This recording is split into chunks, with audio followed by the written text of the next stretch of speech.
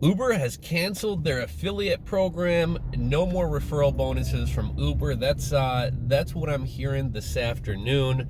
I thought this would be an interesting video to make just because even though most of the people doing Uber referrals or Uber bonuses are actual Uber drivers, nonetheless, this is a form of affiliate marketing. I'm an affiliate marketer. I know a lot of you guys are interested in affiliate marketing.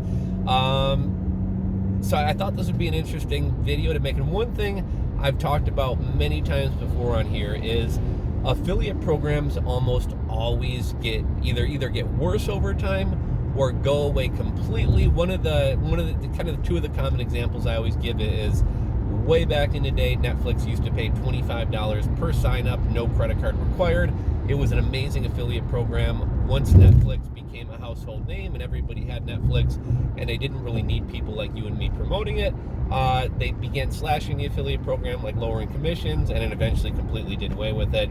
AliExpress is another great example. I used to do very well with the AliExpress affiliate program. Eventually that cookie period went from 30 days to 7 days to 24 hours, and eventually a session-based cookie, and like I'm not even going to put out any effort for a session-based cookie. So I've pretty much completely given up on the AliExpress affiliate program. But like I always say, affiliate programs almost always get worse as time goes on. That's why it's important if you stumble upon an affiliate program that's working well for you, strike while the iron is hot, make your money while you can, because without a doubt, over time, the commissions are going to get lower and the cookie period's probably going to get shorter. And at some point, they may cancel that affiliate program altogether.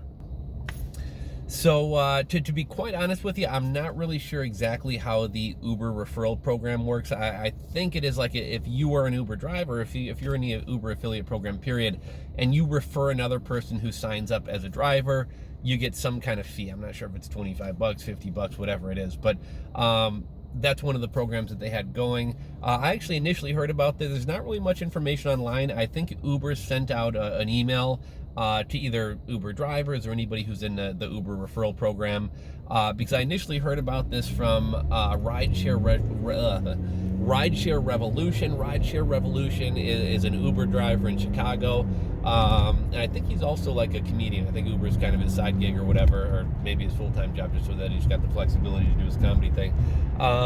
You got kind of an entertaining channel. I actually first learned about him. He was actually my Uber driver up on the north side one weekend, and I think through chatting or whatever, I learned that he had a channel, and I subscribed to his channel, and so now he pops up on my notifications, and occasionally I'll check him out.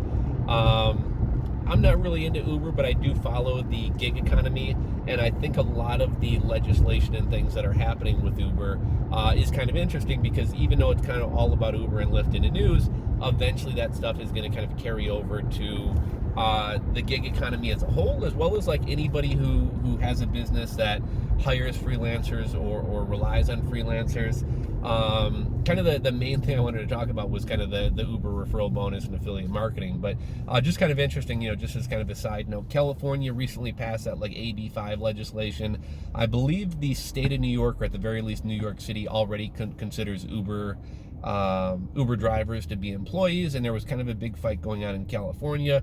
Uber spending a bunch of money lobbying, trying to keep Uber drivers classified as contractors. And here's what's kind of interesting: like 4-to-1, most Uber drivers do not want to be employees, right? Like I think like well over 75% of Uber drivers, considerably over 75% of Uber drivers, when asked, you want to be an employee or a contractor, pretty much all of them want to continue being employees. So I think it's kind of ironic that the government is stepping in to help these Uber drivers who don't want the help and actually think it's going to make their lives worse. And I think ultimately Uber's not supposed to be a full-time job, right? Like a lot of people want to make it a full-time job, but at the end of the day, I mean, Uber's meant to be at best a side hustle. I mean, I would even argue Uber's there are some people who really know how to work the system and work the surges and make some money, but I mean, to me, from my understanding, and I actually, I don't know if you guys have seen the video, but probably back in December, January, I actually drove Uber for one day just because I wanted to kind of see what it was all about or whatever. And I actually wound up losing money. It was kind of, it wasn't really a great assessment. I started in the afternoon. I really only wanted to take a couple local rides. I didn't realize that an Uber drive could take you anywhere. So I think I did like 1 or 2 local drives, just kind of around my neighborhood, and then I wound up catching a ride who wanted to go like all the way up to the north side of the city on Lakeshore Drive at like 5 o'clock at night. It turned into like a 2-hour drive, wasted a bunch of time, and I had a dead leg all the way back home. So I wouldn't say that's really representative of what most Uber drivers do. But nonetheless, I just wanted to see kind of what it was all about, so I tried it for an afternoon. I wound up losing money, but probably because of how I did it. But a lot of the studies and things that I've seen is basically like, at best, you're maybe making minimum wage. You might be making $2 or $3 an hour.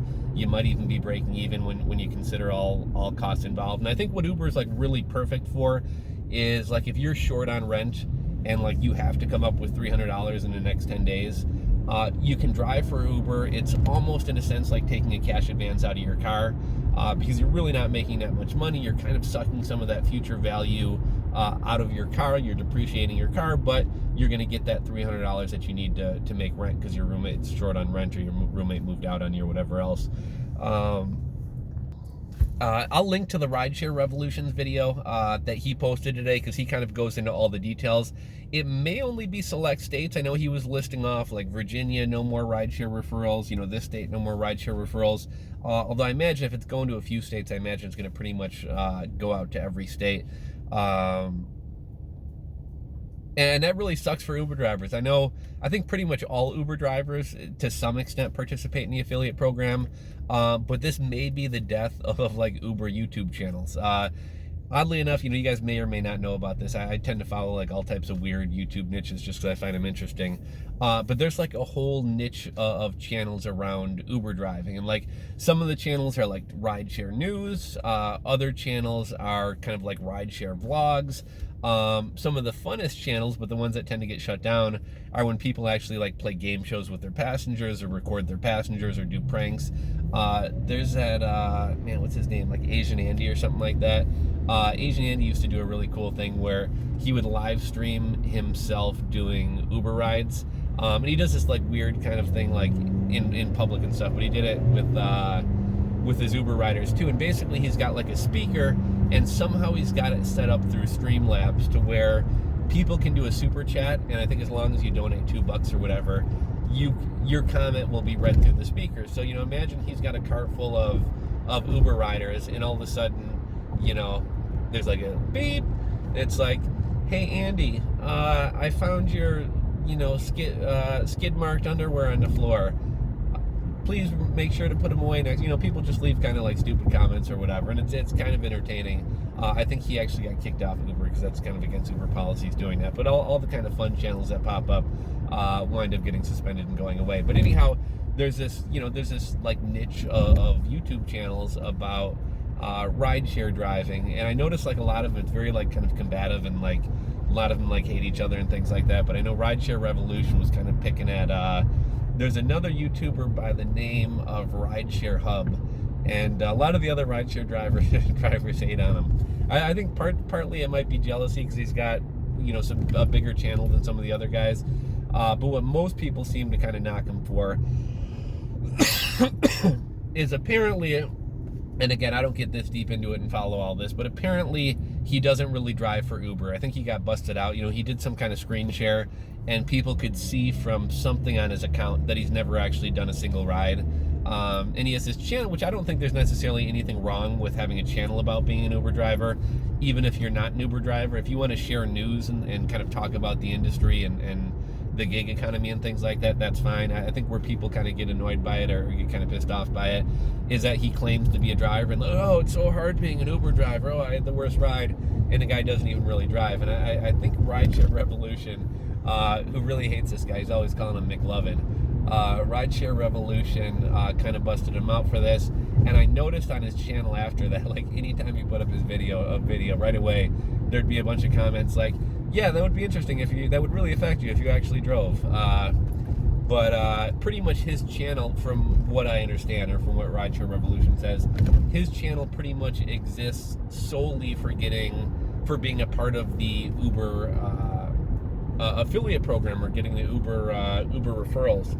That's pretty much like the sole existence of his channel. And I would say amongst pretty much every rideshare driver out there, I mean, Uber drivers for the most part don't make that much money. So a lot of the guys who are doing YouTube, it's a great way to kind of subsidize what they're making off Uber, because they're making YouTube ad revenue. Plus they're also, you know, getting money for these referrals. And from what I understand, some of the bigger rideshare channels, Uber channels, are actually making like $3,000 to $5,000 a month off of referrals, which is probably as much, if not more, than a busy, pretty successful Uber driver is making. So I just found the whole thing to be kind of interesting. I don't know if any of you guys out there are part of the Uber referral program. Excuse me, guys, I can't get rid of this cold.